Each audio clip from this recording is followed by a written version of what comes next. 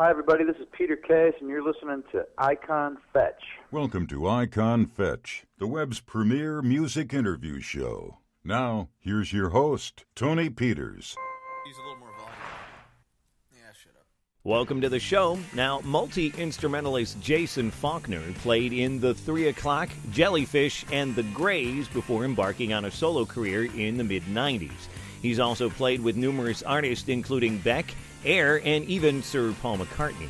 Falkner's latest project is an unlikely collaboration between him and lo-fi pioneer Stevie Moore.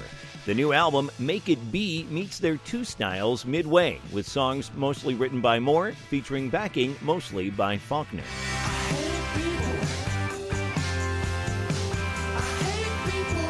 And to talk about it, we welcome back to the show Jason Falkner. Good to talk to you, man. Good to talk to you as well. Thank you. I'm doing very well. Yeah. So, I mean, how did this sort of unlikely, you got, power pop guy on one side and lo-fi pioneer on the other? I mean, how did the two of you get hooked up? Yeah, we actually, I guess the first time I became aware of Stevie, I was looking through this, the 10-inch vinyl bin at this record shop in LA that was closing called Aaron's Records, and I saw this little 10-inch record with the Revolver cover, but like most of the faces were covered like very crudely by this weird-looking guy with a beard and these kind of weird octagonal glasses. Okay. And I was just like, who on earth would do that? First of all, and like I have to have this.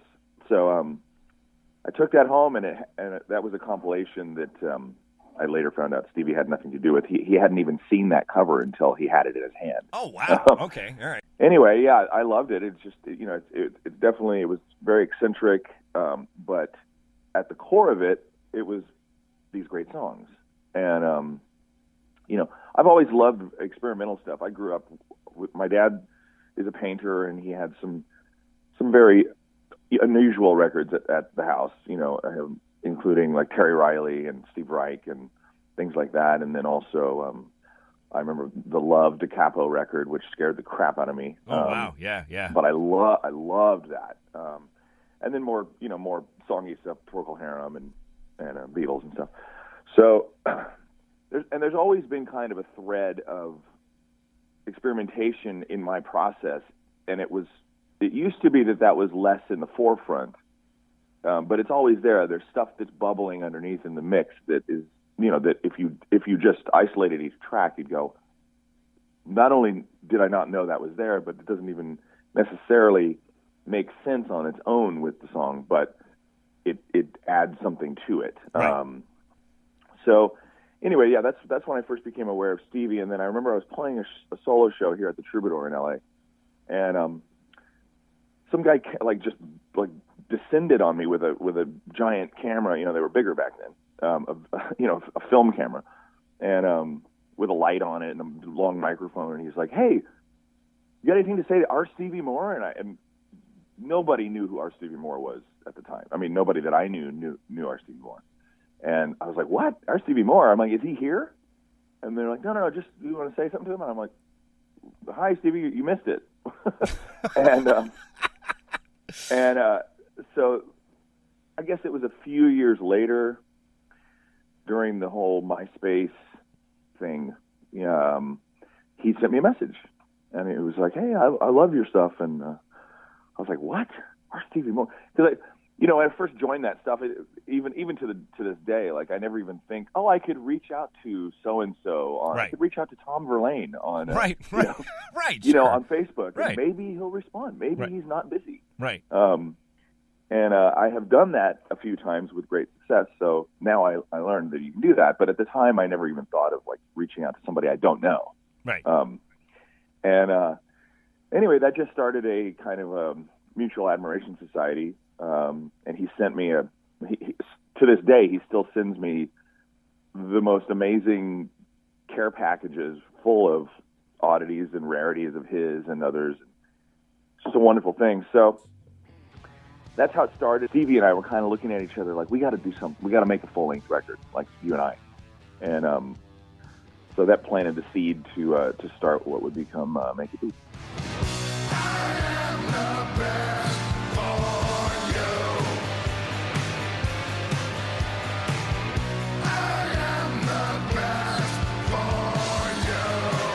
So this started from initially as a collaborative effort. This was not one of those, well, I'll just guest on your record or you'll guest on mine. This was a truly collaborative effort from the beginning, right? Yeah, this is absolutely a duo. Yes, we revisited a large portion of the record is revisiting his back catalog. Most of that was stuff that I was like, we have to do that. In fact, I Hate People was not something that was not on his list to re-record. Really? And I was like, okay. and I was like, no, we have to do I Hate People. That chorus and the fact that you're just saying I hate people over that like incredibly kind of happy sounding chorus is like one of my favorite dichotomies ever.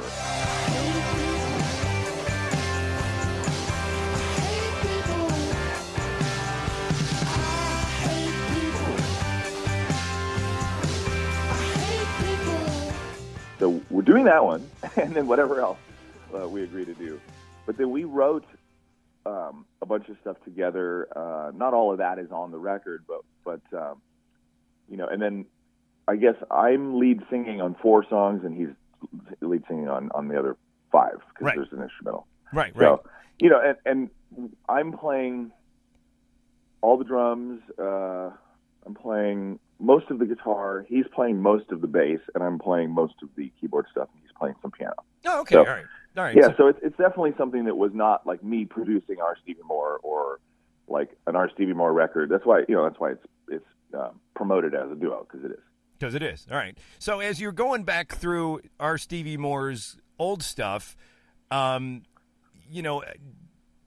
what I understand, he's put out something ridiculous like 400 albums, or something, all these different compilations and cassettes and all this. I mean, how do you wade all through that to pick songs to, make it onto this new record kind of thing? Yeah, that was that was challenging, but I didn't like sift through every single thing. I mean, I have a bunch of his original LPs. I have the HP LPs, which that's his I think his uncle Harry Palmer put out his recordings back in the late 70s and throughout the early 80s. So that stuff generally has, that's kind of like his golden era as far as I'm concerned. Right. So that's why most of the stuff does stem from that period of time. The 400 record thing, yes, of course, those are not all in physical form. Right.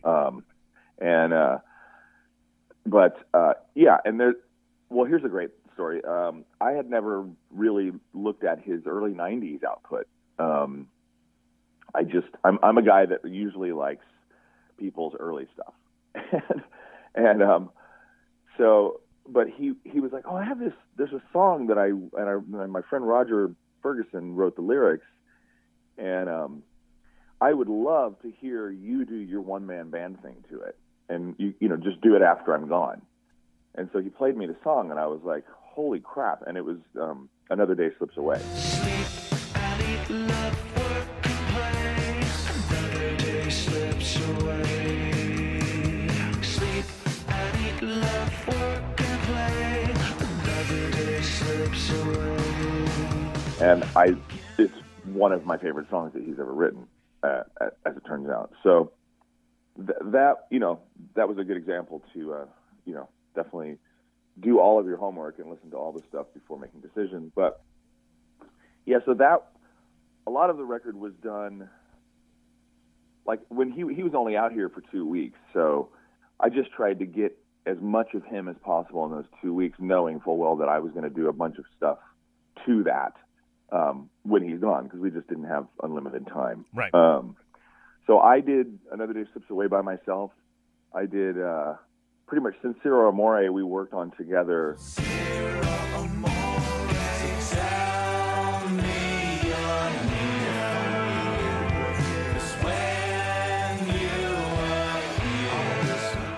But there was no melody and there was no lyric. So I wrote that and sang that and added way more stuff to that after he was gone.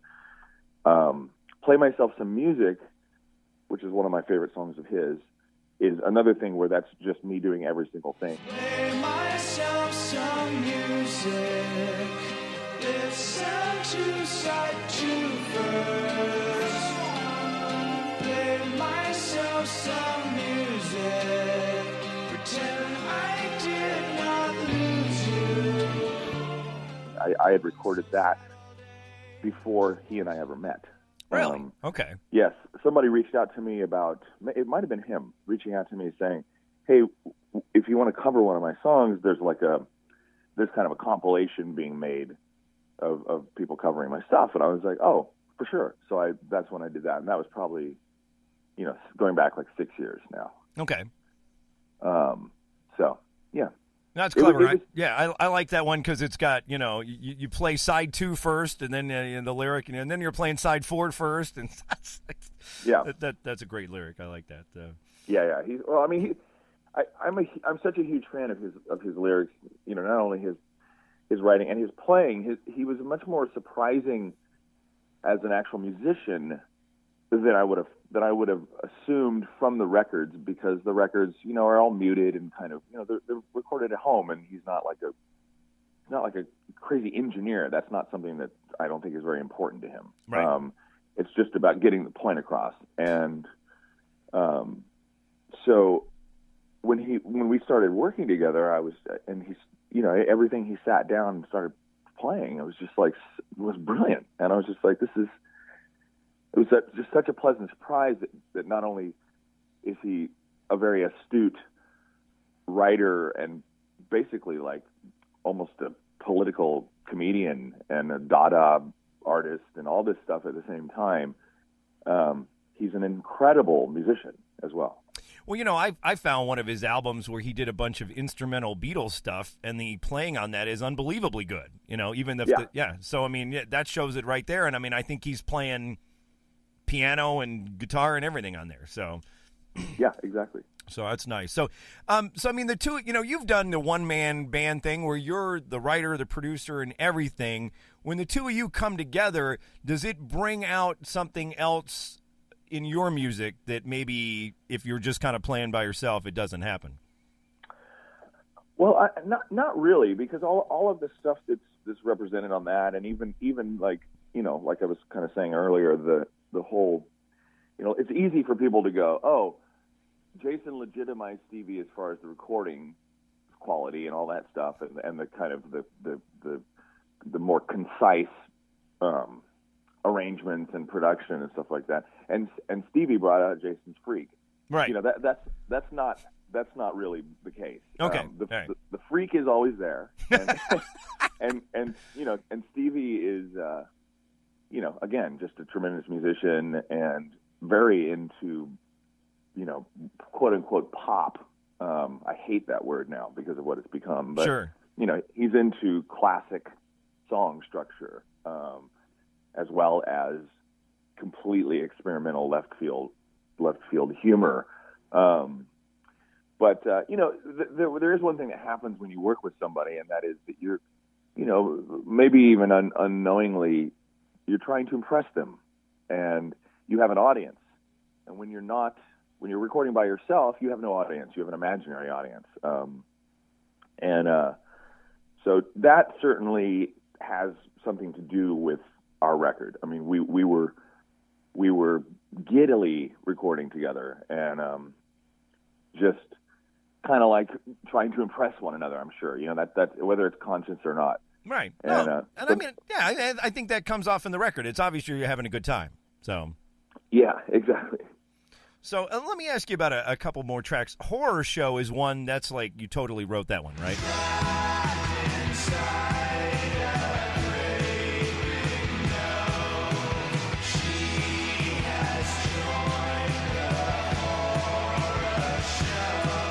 Yeah, just did that that's probably only two years old. That's like a year after we made the record, or a year and a half after we made the record. Okay. That wasn't even recorded for this record. That was just a new song of mine. And because the record had been leaked via, Stevie put it up on his websites and stuff to stream. And so when we when we got together with Bar None, everybody was like, is there anything that we can add? Because basically a lot of people have already heard this. Right. And I was like, well, I have let's just put this song on there. It kind of fits. And I wasn't thinking that after sitting with that song for a while, I wasn't really feeling that it was going to be on my next record. So I was like, yeah, let's add this horror show thing. And then Stevie freaked. He loved it. It's like the Who. Nice. And so, yeah. Nice. That's how that got Cool. All right. Well, let me ask you about a couple more. The I Love Us, We Love Me.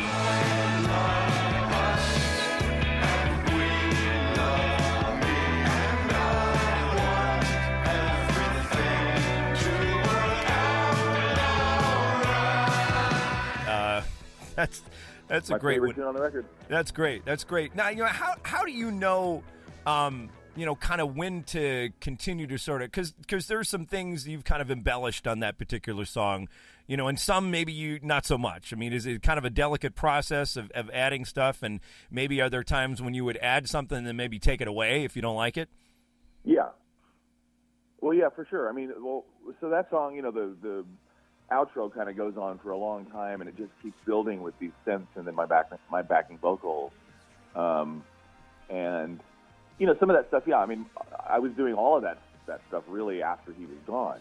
So I would, sometimes I'm like, I'm sending him a final mix, and I'm like, I hope he likes this, because maybe right. Maybe he's gonna be like, well, it's not like the original, Right. or whatever. And, Right. But he was never like that. Right. He was happy for me to do anything I wanted to the record, pretty much. So, but yeah, anytime you're working with somebody and they're not there, and they can't witness the creation of a part or or the decision to change something, you're a little trepidatious to show them that. But Right. No, that was always a very, very peaceful situation. Now, you've got a couple of guitar pieces that kind of link the tracks. And what's interesting is, mean, I got my headphones on at one point, and I can hear talking in the background. So that's right. that's kind of cool. Right. Yeah, we did those. That was Stevie's idea. He's like, man, we got to just sit down, and not talk about it, just with two guitars and just record.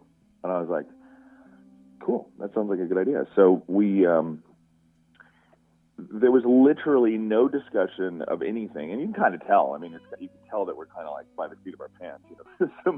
There's some things that happen in those little interplays that are, you can hear like a note correction. Like, oh, well, we landed there. Right, so right, remove that one note, half step up. Right. But I love those things, and dude, I have like 2 hours of that stuff. That's me editing those down, not changing the structure of what you're hearing, but that's just a little snippet. I see. Okay. And that's another thing about this record.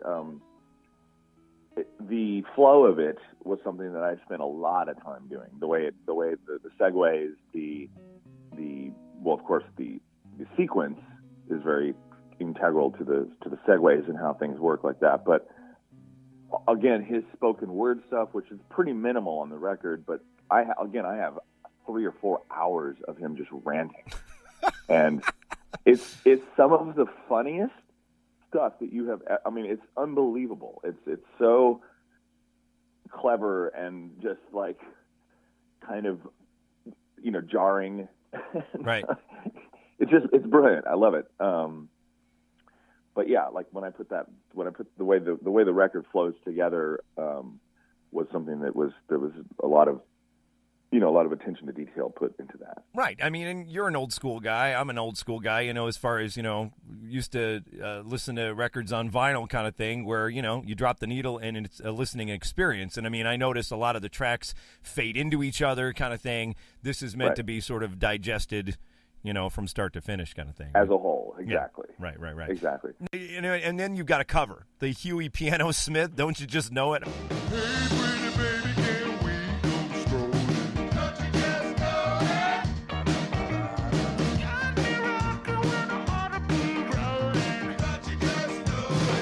I mean, that's out of left field. Well, that definitely came from Stevie. I was unaware of that.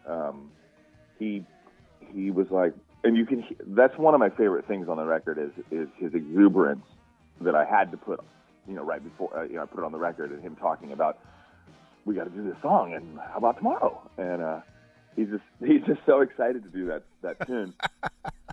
And he showed me a performance of them on YouTube, that was, probably not something that I would necessarily go to. It's kind of not really in my repertoire, that era of stuff. Yeah. But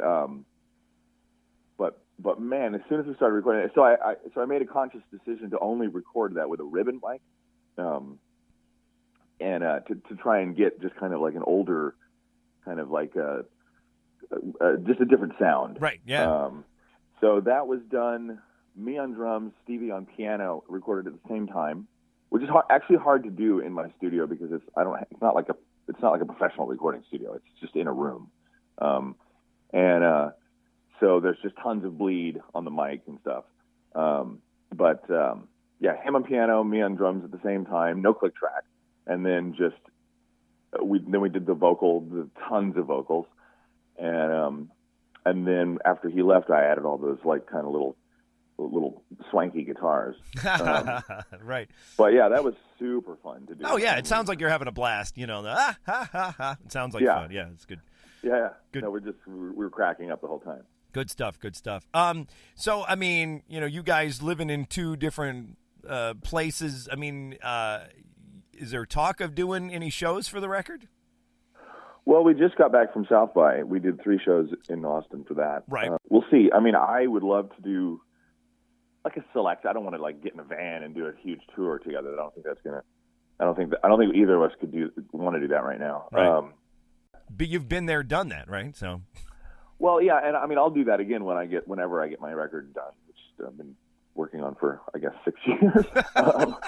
I'll go and tour the edges of the earth for that. But for this, I just think it'd be harder, and we have to find a band and all that stuff, and that's it's just a ton of work. But that being said, I think that we should go and do just like very select, big cities, just like 5 cities, LA, New York, whatever else in between.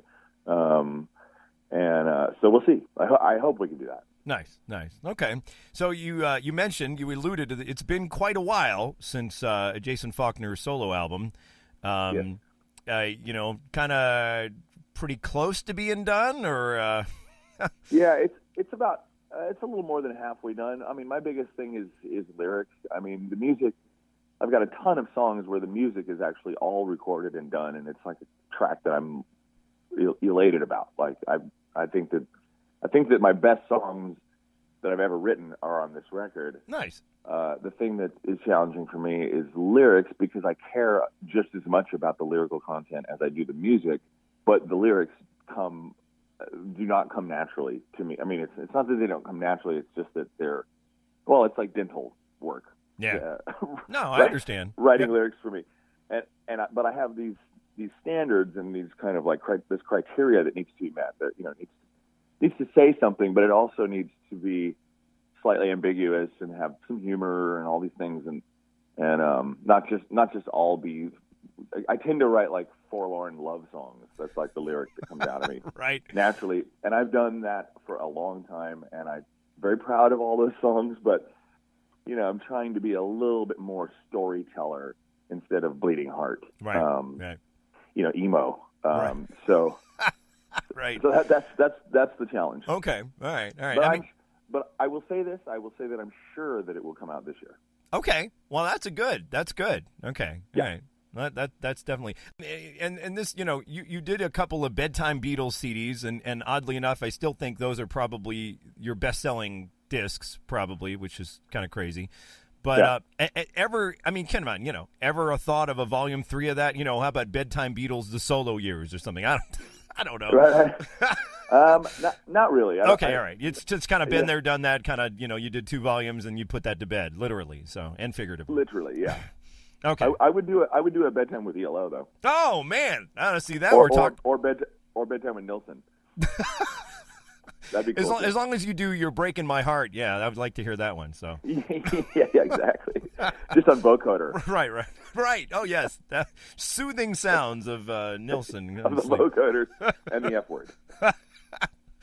Oh, you could use the vocoder on Mr. Blue Sky too. That would be all right. So Exactly. So anyway, well, cool. All right. Well, Jason, it's been good talking to you. The new collaboration between our Stevie Moore and Jason Falkner is called "Make It Be," and we wish you luck on it, man.